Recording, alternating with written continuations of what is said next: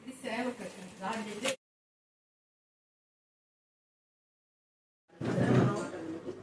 మీరు ఏ బండ నుండి చెక్కబడతారో దాన్ని ఆలోచిస్తారు. మీరు ఏ గుంట నుండి తవ్వబడతారో దాన్ని ఆలోచించుడి. మీ తండ్రి అయిన అబ్రహాము సంగతి ఆలోచించారు. కలిగిన శారాను ఆలోచించుడి. అతడు ఒంటరి అతనిని ఆశీర్వదించి అతనిని ఎక్కువ మంది అగినట్లు చేసింది. యెహోవా సీయోనును ఆదరించుతున్నాడు. దాని పాడైన స్థలములన్నింటినీ ఆదరించి దాని అరణ్య స్థలములను ఎదైన వలె చేయుచున్నాడు. దాని ఎడారి భూములు యెహోవా తోట వలె నిన్నట్లు చేయుచున్నాడు. మరి అన్నం దేవుడి చొప్పున ఉద్యోగం అంతట్లో ఎలాంటి సమస్య లేకుండా దేవుడు కాపాడినాడు. ఇప్పటి నుంచి కూడా దేవుడు ప్రతి దానిని పాడైన వాటిని బాగు చేయడానికి అన్నాడు. అనేకులను ఆదరించడానికి, తర్వాత ఎడారి భూములను మీరు తోట వలె చేయడానికి దేవుడు కృప చూపించబోతున్నాడు. ఆనంద సంతోషంలో కృతజ్ఞత స్తుతి సంగీత గాన విధానంలో వినపడదు. ఇక టెన్షన్ అనేది ఉండదు. ఎక్కడికి వెళ్తారో మా పిల్లలు దూరం ఇంకా లేదన్న పీస్ ఆఫ్ మైండ్. మంచిగా సేవలో కూడా దేవుడు అన్నం మంచిగా వాడుకోవాలని మరి లేఖన భాగం అన్న జీవిత పర్యంత వరకు నెరవేర్చబడాలని మరి ప్రార్థిస్తాం. దాని పాడైన స్థలములన్నింటినీ ఆదరించి దాని అరణ్య స్థలంలో ఏదేను వలె చేయుచున్నాడు. దాని ఎడారి భూములు యెహోవా తోట వలె నవ్వుతున్నట్లు చేయుచున్నాడు.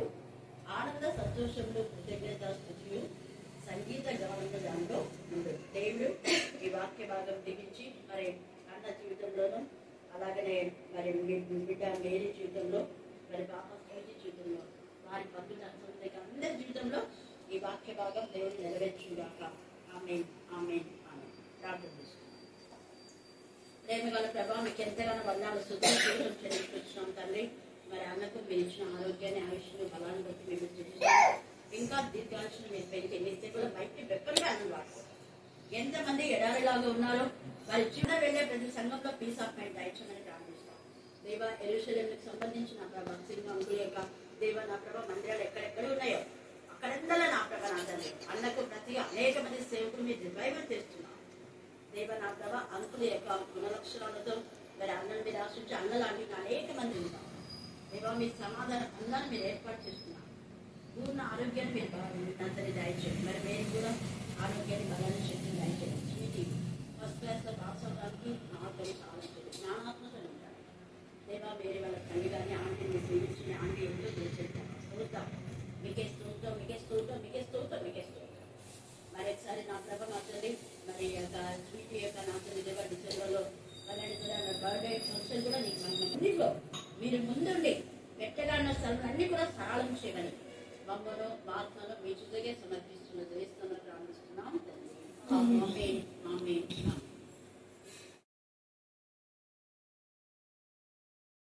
13 నుంచి 17 వచనం వచ్చే వరకు చదువుకుందాం.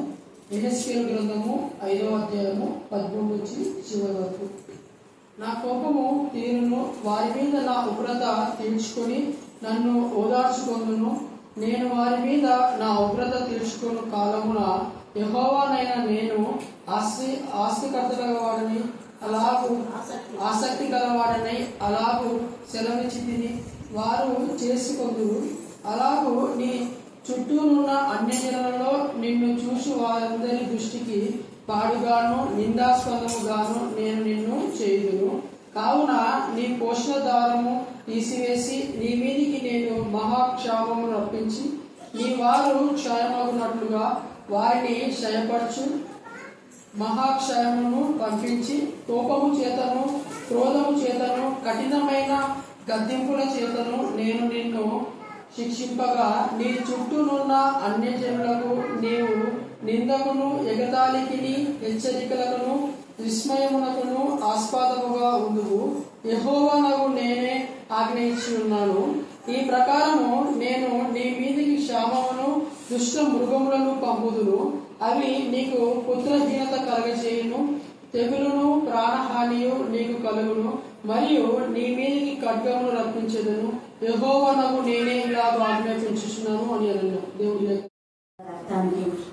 వందనాలు స్తోత్రం చెల్లించుకుంటాం. మీరు ఆసక్తి కలిగి దేవా నా ప్రభా భయంకరమైన ఉగ్రతను ప్రభా ఎన్నో చేసిన తండ్రి మిమ్మల్ని మీరు ఓదార్చుకున్నారు. అవును ప్రభా మానవుడు మీకు విలువలమైన పాపం చేసినప్పుడు మీకు ఎంతగా మెచ్చుకున్నారు. నడుచుకున్నారో, ఎంతగా బాధపన్నారో అర్థమవుతుంది ప్రభా. అందుకే నరులను చేసినందుకు నా ప్రభా నా తండ్రి మీరు మా తండ్రి మరి హృదయంలో నడుచుకునే లేఖన కాలంలో చూస్తున్నాం దేవ. అప్పటి నుంచి ఇప్పటిదాకా దేవ దుష్ట మృగాలు కూడా మీకు లోపడుతున్నాయి దేవ. భయంకరమైన నా ప్రభా నా తండ్రి జలచరలు నీకు లోపడుతున్నాయి, తిమింగలాలు నీకు లోపడుతున్నాయి దేవ నా తండ్రి. ప్రతి నా తండ్రి దేవ వృక్షంలో నీకు లోపడుతున్నాయి. కానీ మానవుడు నా ప్రభా నీకు లోబడే పరిస్థితిలో ఉన్నారు. ఇలాంటి కాల సమయంలో లోబడే జీవితాన్ని మీరు మాకు దయచేయాలి. మేము లోబడినప్పుడు అనేక ఆశీర్వాదాలు పొందుకుంటామని నా తండ్రి వీళ్ళందరికీ కూడా మీ జ్ఞానం దయచేయండి. వాక్యానుసారంగా జీవించడానికి మీ కృపాసాన్ని దయచేయండి. మనుషులాత్మ అపవిత్రాత్మ ఏ స్థానంలో గద్దించి మాటలుగా బంధించమని ప్రార్థిస్తున్నాం. వాక్యం ద్వారా ధైర్యపరచని, వాక్యం ద్వారా బలపరచని తండ్రి దేవ. మేము క్షామములకు తెగులకు మృగాలకు గురి కాకముందే నా ప్రభా మీరు ఎక్కడ మమ్మల్ని దాచుతున్నారో మీకు వందనాలు స్తుతులు స్తోత్రం చెల్లించుకుంటున్నాం. ఎంతవరకు మీరు ఇచ్చిన క్షేమ స్థితికి ఎంత చూసినా కూడా తక్కువే ప్రభా స్తోత్రం. అలాగనే నా తల్లి శోభ మా ప్రభా జీవితాన్ని మీరు సెట్ చేశారు. మీరు కరుణాపీఠంలో ప్రతి ప్రార్థనకు మీరు జవాబిచ్చినారు దేవా. నా తల్లి రైట్ టైంలో రైట్ పర్సన్ తో రైట్ వేలో రైట్ డెసిషన్ తీసుకోవడానికి దేవా మీకు కృపాసాన్ని దయచేస్తుంది మేము స్తుతిస్తూ దేవా. ఈ రాత్రి కాల సమయంలో ఆసక్తి కలిగిన ఆచరణ మీ సన్నిధికి వచ్చిన బిడ్డల యొక్క ఆకలి మీరు తీర్చమని దేవ, వారి ఆశలు మీరు పరిపరచమని, నెమ్మది సమాధానం కలుగుచమని మమ్మను మహాత్మను మీ చేతులకే సమర్పిస్తున్నాం శ్రేణ యేసుక్రీస్తు శక్తిగల నామమున ప్రార్థిస్తున్నాం తండ్రి. ఆమేన్ ఆమేన్. మరి ఈ రోజు ఆ యొక్క ప్రార్థనకు వచ్చే ముందే 2 గ్రహాలు దర్శించడం జరిగింది. దేవుని కృప. ఇద్దరి పేర్లు యేసుక్రీస్తు అనుకుంటా. కర్ణ వాళ్ళ ఆయన పేరు కూడా యేసుక్రీస్తునేనా? యోసేపు ఏం పేరు? ఇంట్లో తర్వాత శోభ వాళ్ళ ఇంట్లో దేవుడు మన యొక్క గృహాల వారికి ఇచ్చిన విశ్వాసాన్ని నమ్మకత్వాన్ని. ఎందుకు నేను చెప్తున్నా అంటే విశ్వాసము నమ్మకత్వము విధేయత పరిశుద్ధత వాక్యం పట్ల ఆసక్తి ఎప్పుడైతే ఉంటుందో అప్పుడు దేవుడు మన జీవితంలో ప్రతి ప్రార్థన దేవుడు వింటాడు. ఏది కూడా దేవుడు చూసిపోయాడు. హల్లెలూయా హల్లెలూయా హల్లెలూయా. ఇక్కడ యెహెజ్కేలు 5వ అధ్యాయంలో ఎన్నిసార్లు దేవుడు తన బిడ్డను పంపించి గద్దించి బుద్ధి చెప్పినా కూడా వాళ్ళు లోబడే మనస్తత్వం లేదు. వాళ్ళ ఎంతసేపు వాళ్ళకి కావాల్సింది ఏంటంటే తినుము త్రాగము సుఖించు మేళ్లు పొందుకోవడం గురించే వాళ్ళు ఆలోచిస్తారు. దేవుని దగ్గర నుంచి ఎప్పుడు మేళ్లే కావాలి కానీ ఏ కొంచెం కూడా బాధ వాళ్ళకు ఇష్టపడకున్నారు. అయితే మనం చూస్తే ఆదికాండం 12వ అధ్యాయం 1 నుంచి 3 వచనాల దాకా చదివితే మీకందరికీ తెలుసు అబ్రహాం గురించి. అబ్రహాము దేవుడు పిలిచినప్పుడు ఏమైనా ఒక్క మాటలనే ఎదురు చెప్పిందా? చెప్పలేదు. హల్లెలూయా హల్లెలూయా. అంటే సృష్టికర్త అయిన దేవుడు నన్ను ఇలా పిలుస్తున్నా అంటే ఖచ్చితంగా నన్ను సరైన విధానంలో నడిపిస్తాడు అని ఒక నిర్ణయం, ఒక ఆలోచన. లేదా దేవుడి యొక్క మరి ఆయన యొక్క కృపలో నేనున్నాను, దాచబడి ఉన్నాను, ఆయన జీవపు ఊడలో నేనున్నాను కాబట్టి ఆయన నా యొక్క జీవితాన్ని సెట్ చేస్తాడు అన్న నమ్మకంతోనే వెంటనే ఆ యొక్క అబ్రహాము విధేయత చూపడం చూస్తాం. కానీ వెంటనే అనే మాటలో మనం చూస్తే కొంత మాత్రమే ఆలోచన చేస్తాడు. వాళ్ళ నాన్న అక్కడి నుంచి హారానికి వస్తాడు. హారాన్లో కొంతకాలం ఉన్న తర్వాత వస్తాడు. అందుకనే ఎప్పుడైతే హారాన్లోకి వెళ్తాడు కానీ అక్కడ కొంతకాలం ఉండేంత వరకు ఈ యొక్క అబ్రహాంకు బ్లెస్సింగ్స్ లేదు. ఎప్పుడైతే తన యొక్క తల్లిదండ్రులను అన్నదమ్ములను అక్క చెల్లెలను అందరినీ వదిలి వచ్చిన తర్వాత మళ్ళీ లోతు వెంట పెట్టుకుని వస్తాడు. లోతు ఉన్నంత వరకు కూడా బ్లెస్సింగ్స్ లేదు. ఎందుకంటే దేవుడు ముందే చెప్పాడు. మాట మనం చాలా చాలా ప్రాధాన్యం. దేవుడు ఏం చెప్తున్నాడని దాన్ని వినాలి, గ్రహించాలి, ఆ ప్రకారం చేయాలి. దేవుడు ఎవ్వరి వద్దు నువ్వు మాత్రం శారా మాత్రమే తీసుకొని నేను చూపించే దేశానికి వెళ్ళాలి అన్నాడు. నీ బంధువులను, నీ తల్లిదండ్రులను, నీ ఇంటి వారిని, నీ దేశంలో నీకున్న సమస్తం ఇక్కడ ఏమేమైతే ఉందో వాటన్నిటిని కూడా తెరాము కుటుంబంలో సంబంధించిన వాటిని అన్నిటిని కూడా వదిలేసేయాలి అని చెప్పాడు దేవుడు. అయితే అక్కడ అబ్రహాం ఏం చేసినాడు? వస్తూ లోతును తీసుకొచ్చినాడు. లోతును వెంట పెట్టుకోమని దేవుడు చెప్పలేదు. దేవుడు చెప్పని పని మనం చేస్తే అది దేవుడు చెప్పిన పని చేసే వరకు మనకు ఆశీర్వాదం ఉండదు. అందుకనే లోతు అబ్రహామును విడిచి వెళ్లే వరకు కూడా అబ్రహాంకు బ్లెస్సింగ్స్ లేదు. తర్వాత ఎప్పుడైతే ఇక లోతు వెళ్ళిపోతాడో అప్పుడు దేవుడు బహుగా ఆశీర్వదిస్తాడు. హల్లెలూయా హల్లెలూయా హల్లెలూయా. అది ఎలాంటి ఆశీర్వాదం అంటే ముందే చెప్తాడు. నువ్వు ఒంటరి వాడు కాదు, నువ్వు నువ్వు అనేక జనములకు తండ్రిగా ఉంటావు. శారా కూడా నువ్వు అనేక జనములకు తల్లిగా ఉంటావు, మహారాణివి నువ్వు అని ఇవన్నీ ముందే వాగ్దానాలు వాడు విధేయత చూపినారు. కాబట్టి మహా కరువు వస్తుంది అబ్రహాం కాలంలో. ఇదంతా మనం చదవడానికి లేదు, అందుకే మీకు ఇప్పుడు చెప్తున్నా. దేవుని మాట విని వచ్చినప్పుడు మహా కరువులో కూడా దేవుడు అబ్రహాంను ఆశీర్వదించాడు. ఆ తర్వాత అబ్రహాం యొక్క విశ్వాసం తన కుమారుడైన ఇస్సాకులో ఉంది కాబట్టి ఆదికాండం 26లో మహా కరువులో ఇస్సాకు 100 పంటను పొందుకున్నాడు. హల్లెలూయా, హల్లెలూయా. తర్వాత యాకోబు కూడా ఒట్టి చేతులతో వెళ్ళాడు. ఒట్టి చేతులతో ఏం తీసుకుని వెళ్ళలేదు. ఇస్సాకు తర్వాత తన యొక్క కుమారుడు ఇస్సాకు యొక్క కుమారుడు యాకోబు మరి ఒట్టి చేతులతో వాళ్ళ మామయ్య దగ్గరికి వెళ్ళాడు. కానీ అక్కడ కష్టపడ్డాడు. వాళ్ళ మామయ్య అసూయ పడేంత ఆస్తి వచ్చేసింది యాకోబు. హల్లెలూయా, హల్లెలూయా. కారణం ఏంటి? కానీ వచ్చింది ఆస్తి అయితే, కానీ నెమ్మది లేదు, సమాధానం లేదు. కారణం ఏంటి అంటే దేవుని మాటకు ప్రకారం చేయలేదు, తన ఇష్టానుసారంగా చేస్తాడు. ఇది మనం గమనించాం. ఇస్సాకు ఏమో ఈ అబ్రహాము దేవునికి లోబడి లోతుకు వేరైన తర్వాత బ్లెస్సింగ్స్ వచ్చినాయి. ఆ తర్వాత ఇస్సాకు ఎప్పుడు బ్లెస్సెడ్ గానే ఉన్నాడు మహాకరువులో, ఎందుకంటే విధేయతగానే ఉన్నాడు కాబట్టి. వివాహ విషయంలో దేవునికి లోబడినాడు. ఏది దేవుడు చెప్పినా కూడా దేవుడి మాటకి ఎక్కడ కూడా ఎదురు చెప్పలేదు. కానీ యాకోబు మాత్రం తన సొంత ఆలోచనలో వెళ్ళి అంత ఆస్తి ఉన్నా కూడా నెమ్మది లేదు, భయంతో ఉన్నాడు. బాధ, వేదన, రోదన, ఏమాత్రం కూడా సంతోషం లేదు, సమాధానం లేదు. ఈ రాత్రి కాల సమయంలో మన సొంత నిర్ణయాలు అలాగే ఉంటాయి. శోభ 1 year ఆగింది దేవుడి చిత్తానికి లోగా. నేను అదన్నా, దేవుడి చిత్తమమ్మా, ఖచ్చితంగా దేవుడు నీకు ఎప్పుడు వివాహం కావాలో అప్లై చేస్తా. ముందు చెల్లికైనా తను ఏం బాధపడలేదు. ఇప్పుడు ఎంత సంతోషం అంటే అబ్బాయి అదే డిఎస్సి ఎగ్జామ్ రాసే వరకు నేను చేసుకోను అన్నట్టు ముందు చెల్లిది అయిపోయింది. కానీ ఇప్పుడు దేవుడికి మహిమ కాదు. హల్లెలూయా, రెండంతల ఆశీర్వాదం దేవుడు ఇస్తాడు. సరైన సమయంలో, సరైన వ్యక్తితో, సరైన ప్రదేశంలో, సరైన విధానంలో మంచి నిర్ణయం తీసుకునే జ్ఞానం దేవుడు ఆ బిడ్డలకు ఇచ్చాడు. అలాగే ఇక్కడ కూడా ఈ సరైన నిర్ణయం అప్పుడు యాకోబు ముందు తీసుకోవాలా, ఇప్పుడు తీసుకున్నాడు.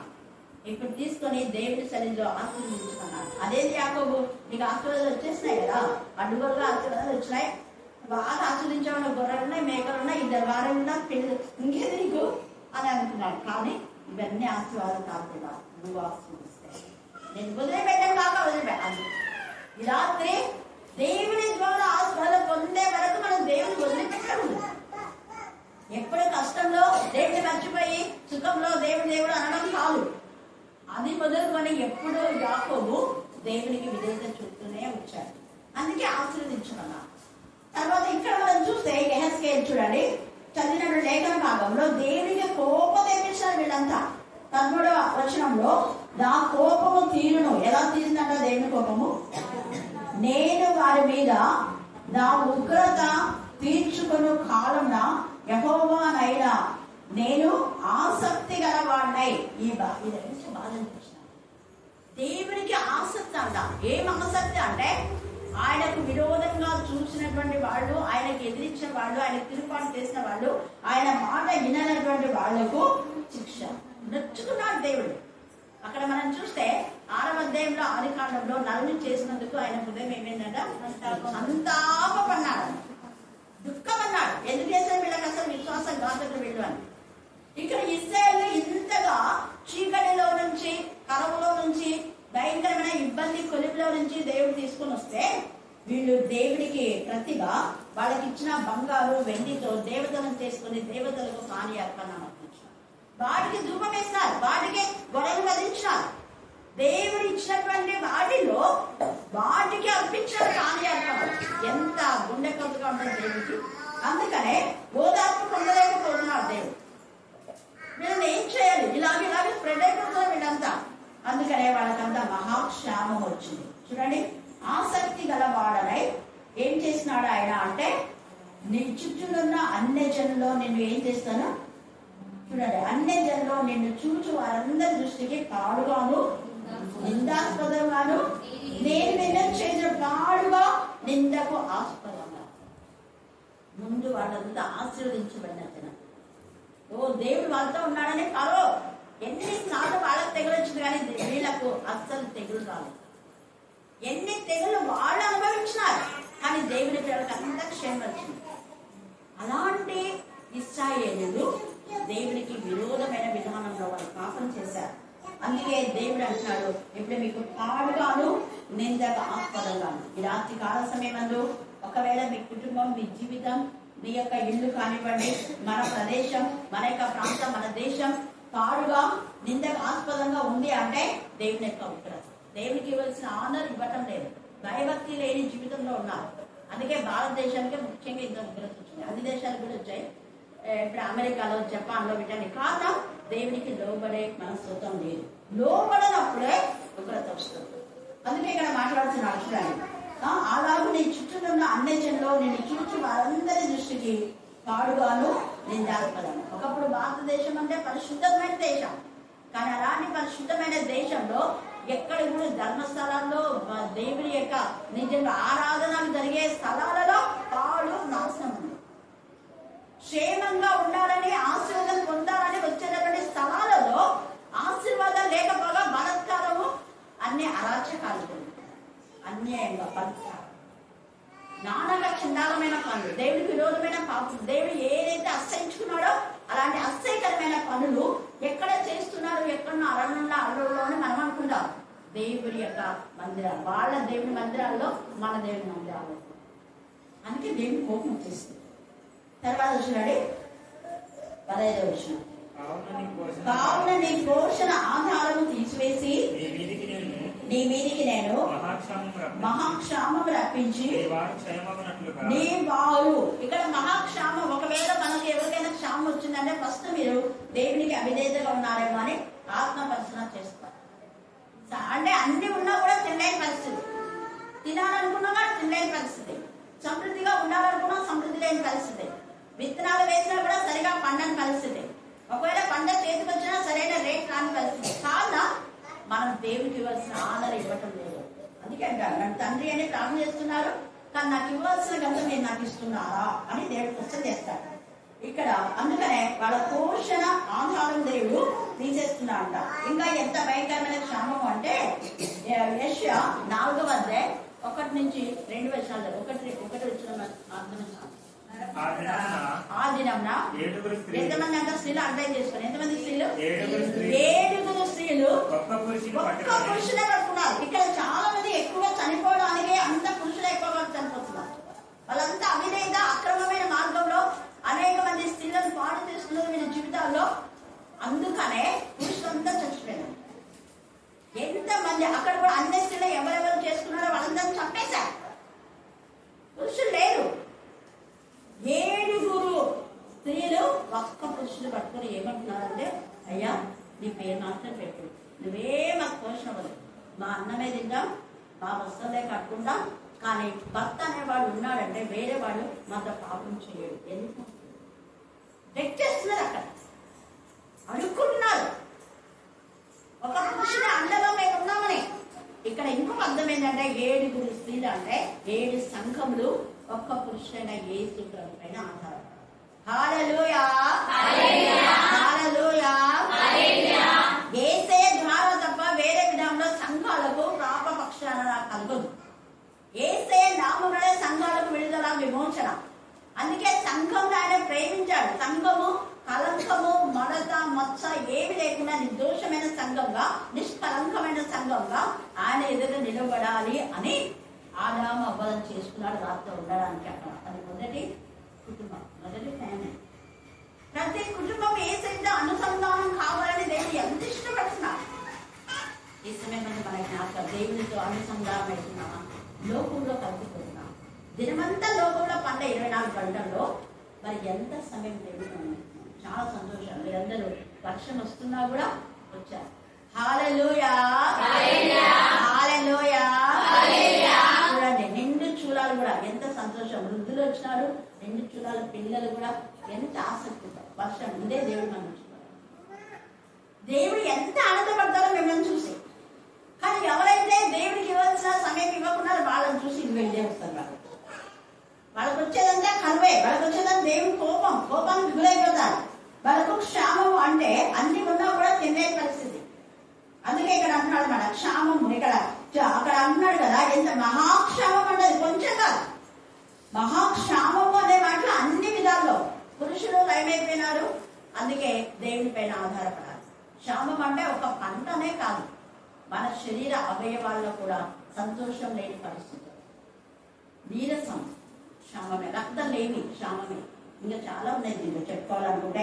అప్పులు, ఆర్థిక సమస్యలు, ఎండిపోయిన జీవితం, ఇవన్నీ మహాక్షామానికి గుర్తులు.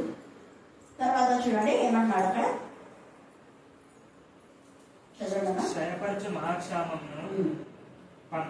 మహాక్షామమును పంపించి కోపం చేతను రోగం చేతను కఠినమైన గద్దింపుల చేత నేను శిక్షించగా. గద్దిస్తున్నాడు, నేను గద్దింపులకు నిలబడుతున్నామా?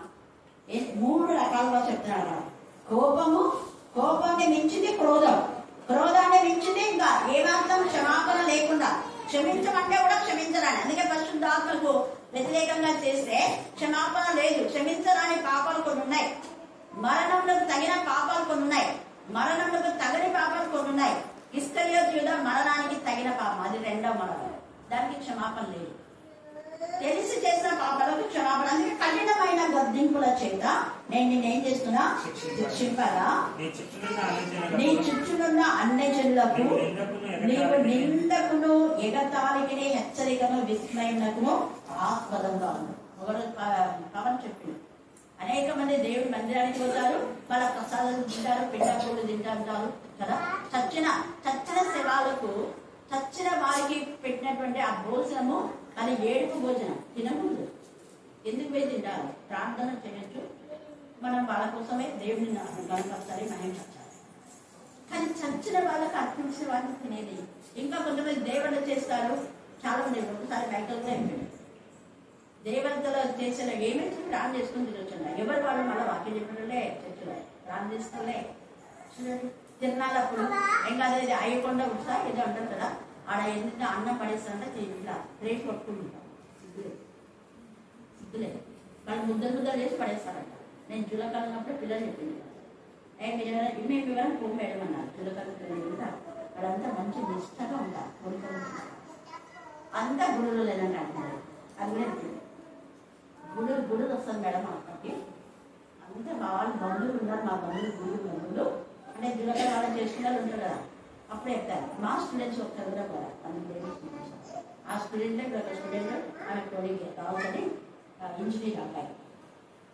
హల్లెలూయా, హల్లెలూయా. కాబట్టి మనం ఏ విధానంలో ఉన్న దేవుడికి ఇంత బాధ కలగజేస్తే దేవుడు ఊరుకుంటాడా? చూడండి.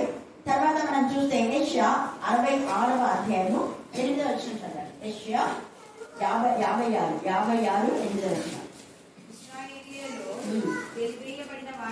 వెలివేయబడిన వారిని సమకూర్చు ప్రభువుకు యెహోవా వాక్కు ఇదే, నేను సమకూర్చిన ఇశ్రాయేలు వారికి పైగా ఇతరులను కూర్చేదను. పొలంలోని సమస్త జంతువులారా, పొలములోని చూడండి జంతువులతో మాట్లాడుతున్నాడు. పొలంలోని సమస్త జంతువులారా, అడవిలోని సమస్త మృగములారా భక్షించుటకు రండి దేవుడు ఆహ్వానిస్తే చేస్తున్నాయి. చూసారా, నిన్న మృగాలకు అప్పగిస్తానన్నాడు. అక్కడ దానియేలు మనం చూస్తే చంద్రక్ మేషాకు అబేద్నెగోలను ఎవరిని ఏం చేయలేదు, అగ్ని ఏం చేయలేదు. ఆ యొక్క దానియేలు సింహం బోర్డు వేస్తే అదేం చేయలేదు, అగ్ని ఏమి హాని చేయలేదు, సింహం ఏమి హాని చేయలేదు. అందుకే యెషయా 46లో 43లో అగ్నిలో నువ్వు నడిచినా నీకేమి హాని జరగదు, నీళ్లు ప్రవాహంలో నువ్వు నడిచినా ప్రవాహం నేను ముంచివేయమని అక్కడ ఉంది. దేవుడి పిల్లలకి అది హాని కలగదు. దానియేలు ఏం చేయలేదు, కానీ దానియేలు పైన దేవుడి పిల్లల పైన ఎవరైతే నేరారోపణ చేశారో వాళ్ళని ఇంకా లోపలికి వెయ్యకముందే అవే నుంచి లాక్కని ముక్కలు చేసి పడేసి సెకండ్ లో. చూసారా, దుష్ట మృగములకు అప్పగించారు ఎవరిని? దేవునికి విరోధులైన వారు. దేవుడి పిల్లల పైన నేరారోపణ చేస్తే బ్రతుకులు అలాగనే తయారు. దుష్ట మృగాల కన్నా చూడండి అక్కడ ఆహ్వానిస్తున్నాడు. దుష్ట మృగ తర్వాత ఇక్కడ మనం చూస్తే ప్రకటన కూడా 1వ అధ్యాయం 8వ వచనంలో ప్రకటన మనం చాలా చోట్ల చూస్తే అక్కడ ఈ యొక్క దుష్ట మృగములన్నీ కూడా పక్షులన్నీ పిలుస్తాడు. 18వ అధ్యాయం తర్వాత మీరు చదువుకోండి, అనేక వాటికి దేవుడు ఆహ్వానిస్తాడు. రాజులందరూ కూడా, రాజులు, ధనికులు, సహస్రాధిపతులు, వాళ్ళ పెద్ద వాళ్ళు చిన్న వాళ్ళని లేదు, ఎవరు దేవుని విరోధంటే వాళ్ళందరూ అందరి మాంసం తిందురంటే నాకు అనిపిస్తారు. అప్పుడు పక్షులు కడుపారా తింటాయి. అయ్యో అయ్యో శ్రమ. 8వ అధ్యాయం మనం చూస్తే, 8వ అధ్యాయంలో మనం చూస్తే ప్రకటన 8వ అధ్యాయంలో 3 భాగాలు ఉంటాయి. మొదటి బూర ఊదినప్పుడు చదవండి, మొదటి బూర ఊదినప్పుడు ఏమైతుందంట? ప్రకటన 8వ అధ్యాయం మొదటి బూర ఊదినప్పుడు రక్తంతో మిళితమైన వడగండ్లు. ఈ మధ్య ఎక్కడో ఉన్నాయని విన్నాను ఇది. ఇంకా అక్కడంతా చదువుకోండి. 2వ బూర చదువు.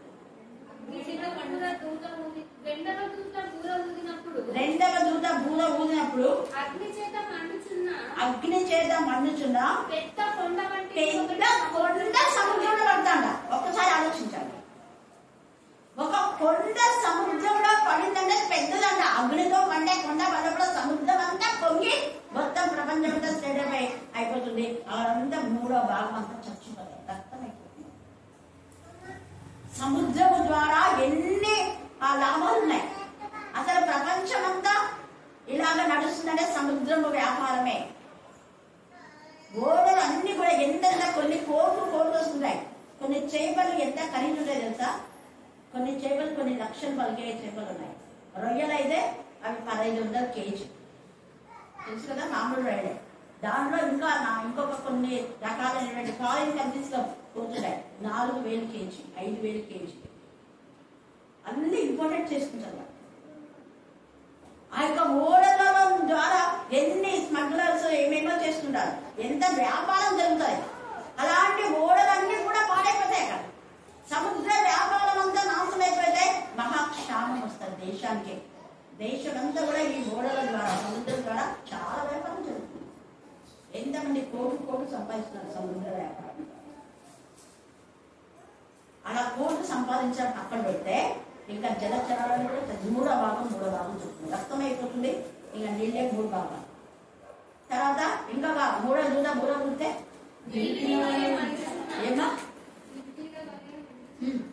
దివిడి వేళ మండుచున్నా ఒక పెద్ద నక్షత్రము ఆకాశం నుండి రాలి నదులు. ఇక్కడ సముద్రం అయిపోయిందా?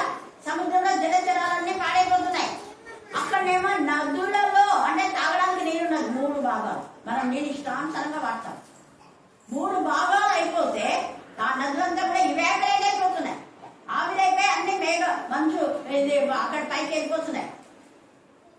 మనం అగ్నికి నీళ్లు ఇవాపరేట్ అవుతాయో లేదా? అయితే కదా. మరంతా అగ్ని పడేసరికి నక్షత్రం పెద్ద దాని యొక్క అగ్ని గోళం, ఒక గోళం పడేసరికి నీళ్ళన్నీ ఇవాపరేట్ అయిపోతాయి. మనకు నీళ్ళు తాగడానికి కొండ చిన్న గ్లాసు 1,00,000 రూపాయలు చేస్తారు. ఇంకా రాబోతున్న దినాలు భయంకరం. ఇప్పుడే దేవుడికి మనం లోపడతాం. అక్కడ చెట్లన్నీ పోయినాయి, జలచరములన్నీ చచ్చిపోయినాయి. తర్వాత నీరంతా కూడా రక్తం అయిపోయింది. ఇక్కడ నది నీరు కూడా పోయింది. ఎంత శ్రమం. కారణం ఒక్కటే, దేవుడికి విధేయత చూపనందువల్ల. దేవుడికి అవిధేయత చూపి దేవుడి ఉగ్రతకు గురైపోతున్నారు. అందుకే తాను సృష్టించిన సృష్టినే దేవుడు నాశనం చేయడానికి మిక్కుడమైన వేగంతో ఆకాశం చుట్టవలే చుట్టబడుతుంది. భూమి ఇక్కడ నేను ఉండదనేసి వెళ్ళిపోతుంది. కనబడకుండా అభావంలో ఉంటుంది. ఎక్కడికి పోయిందో తెలియదు. భూమి అంటే భూమిలో ఉన్న మనుషులతో పాటు స్మాష్. అప్పుడు దేవుడు తన బిడ్డల కోసం కొత్త ఆకాశం, కొత్త భూమి చేస్తాడు. ఆ కొత్త ఆకాశంలో దేవుడు ఏమి ఉండాలంటే పరిశుద్ధంగా ఉండాలి. కీర్తన 96:5. కీర్తన 96:5.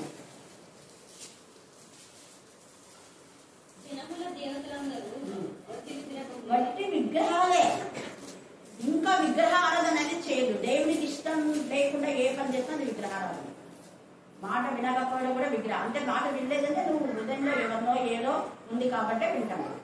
అది దేవుడి కంటే ఎక్కువ దేన్ని ప్రేమించినా అది విద్య, ఉద్యోగము, పిల్లలు, భర్త, పొలాలు, ఏదైనా అది విగ్రహం.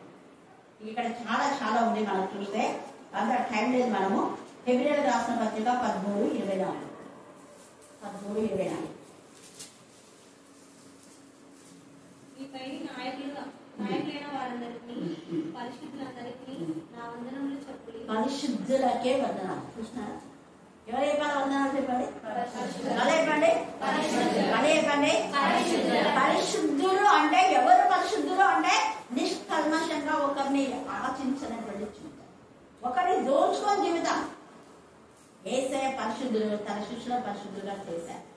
ఇస్కరియోతు యూదాలాగా దోచుకోలేదు.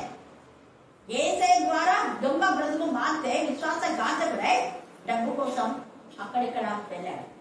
డబ్బు కోసమే ప్రధాన యాజకులు వెంటబడ్డారు.